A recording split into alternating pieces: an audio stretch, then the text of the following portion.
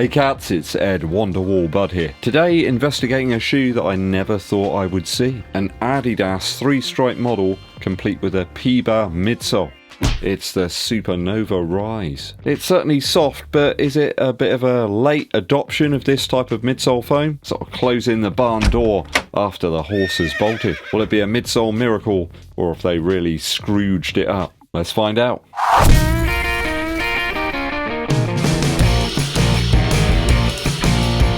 Thanks for tuning in, people. Hit that subscribe button. Also give this video a thumbs up like, it really helps out. Grab some merch too, or if you want to support the channel on a more ad hoc basis, drop us a super thanks down below.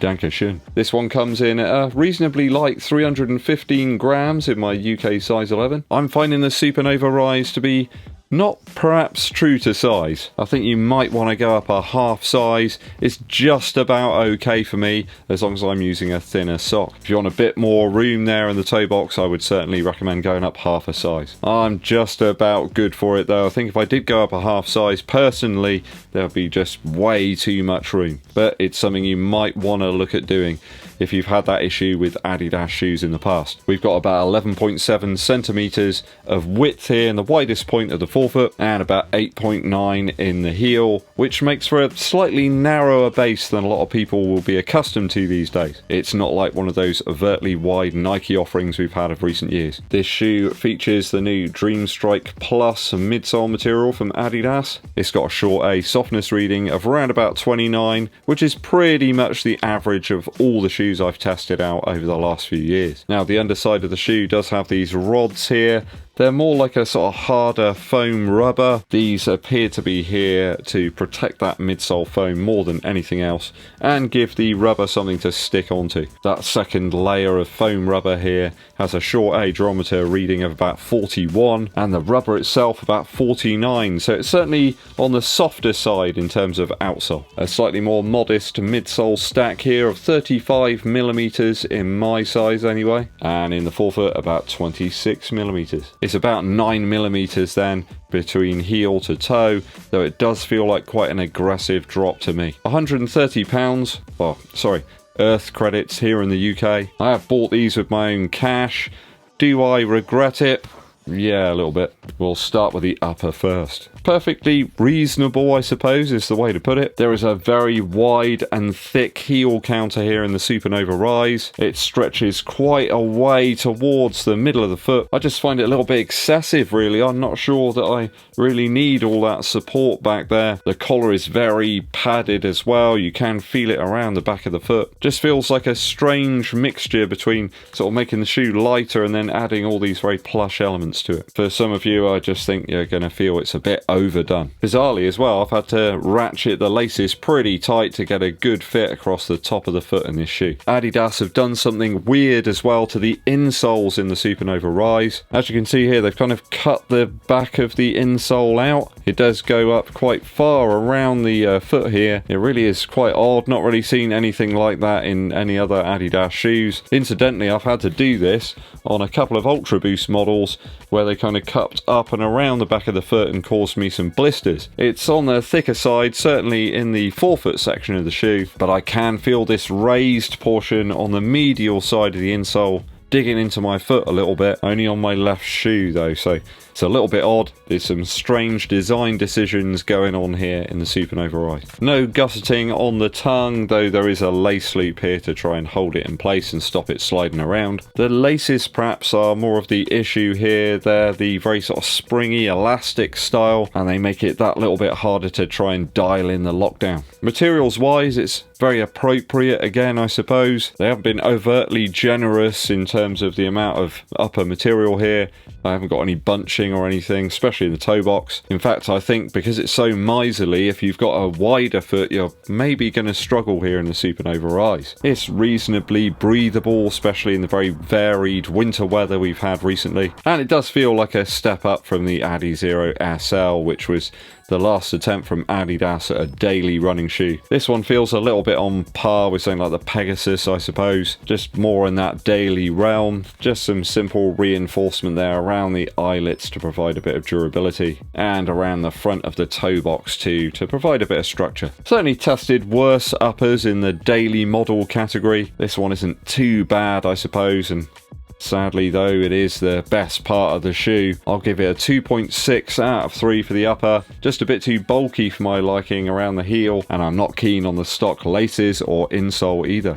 Midsole now. So, midsole wise, what is Dream Strike Plus really like? Initial runs proved a bit uninspiring really, with a mushy, overtly soft feel. The drop isn't all that noticeable when you actually start running here, I think mainly due to the softness of the foam. If you sort of land midfoot, it just sort of squashes in. There's not really an awful lot of propulsion here. It's kind of weird to advertise that you've got a Pebax shoe but then practically nerf the foam in every single way possible. You have another layer of soft foam on top of that Pebax material, and then the insole as well. And they've cut some really quite thick ridges into that Pebax material, especially under the forefoot as well, probably to aid in flexibility. But then you add the other layer on top, and the insole one practically removes what that does. It's just very odd. I'm not a massive fan of these rods either. It does feel a little bit odd underfoot. Doesn't feel like a very natural ride in any way. The rods feel quite prominent, and again it sort of dulls the excitement of that Pebax material. I wonder why Adidas went down this route. It just seems really strange. The other thing that's strange is that they've just launched a shoe which is very similar looking to this one but lacks the Pebax material. It's called the Response Super Shoe. I'll put some images up on the screen of that one now. Same profile, same midsole looks and fit, only without the Dream Strike Plus stuff. It's just standard Dream Strike. Very little info on that one at all. They do quote that the sample size this time is a 5.5 UK, and it apparently weighs in at 259 grams. Very odd stuff going on here. Just a few tweaks, and you know, they've changed this and called it a completely different model. I mean, it's okay at cantering pace. It doesn't really feel that inspiring really if you try to run at any pace in it at all. Just more an impact protection model and not all that exciting to run in. The really bizarre bevel in the heel as well kind of bothers me. It almost wants you to land in the heel there, and you do that as well because of that higher drop, unless you're being very conscious of trying to land mid to forefoot. As such, one of the poorer midsole performances of any shoe I've tried out really this year. I mean, I was quite looking forward to testing this out. It did promise a lot, but sadly not really delivered. It's just a something and nothing type shoe. The foam feels okay, but the packaging around it just takes away all the energy. I'll give it a 2 out of 3 for the midsole because it's a midsole. Just feels like a missed opportunity here. Outsole wise, we have no continental rubber here. It's just standard stuff. I don't think this heel bevel's going to work for everybody either. It does make that feel very prominent due to the drop, especially if you're running downhill in the shoes. Just feels a bit uncomfortable and unbalanced at that point. All this sort of extra rubber and foam seems to be there to protect the midsole foam itself. I don't think Adidas want any returns on these. There's a fair amount of rubber there in the heel on the forefoot. There's not an awful lot of exposed midsole whatsoever. The most traction filled area here in the forefoot is perfectly serviceable, though the lugs aren't really all that deep, and that means this shoe's going to be for road and pavement only. Certainly not the most versatile model outsole wise. Normally Adidas are pretty on point here with the outsole materials, the setup, but it just feels a bit like an afterthought really. They just want to try and get as much material there to protect that foam, which I think they're worried about sort of wasting away and disappearing. You got that new foam, but you've kind of taken away the sort of positive elements that you've got by adding lots of protective layers. It works okay though on cornering and in some wet conditions. It's just not really my favourite. Could have been better. I think if they just focused the rubber in certain places, and not worried quite so much about that foam. I'll give it a 2.3 out of 3 for the outsole so far. It's just the amount of rubber here, and they could have perhaps given us a little bit more lug depth.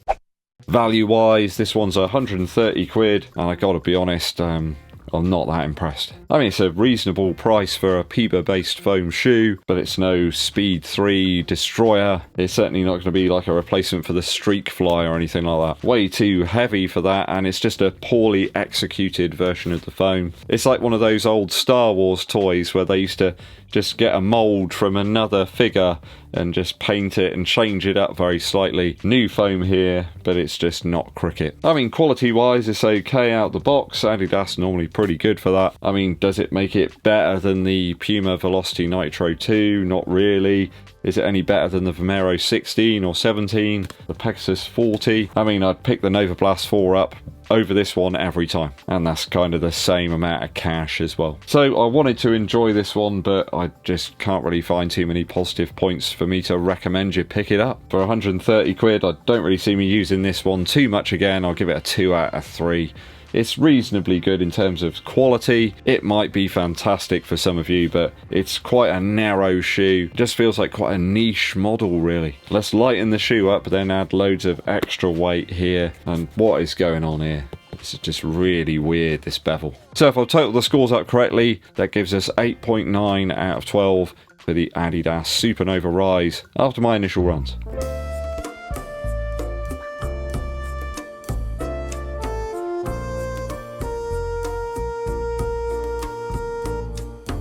Personally, I think that I'd probably avoid this one. Doesn't really bring anything new or memorable to the table.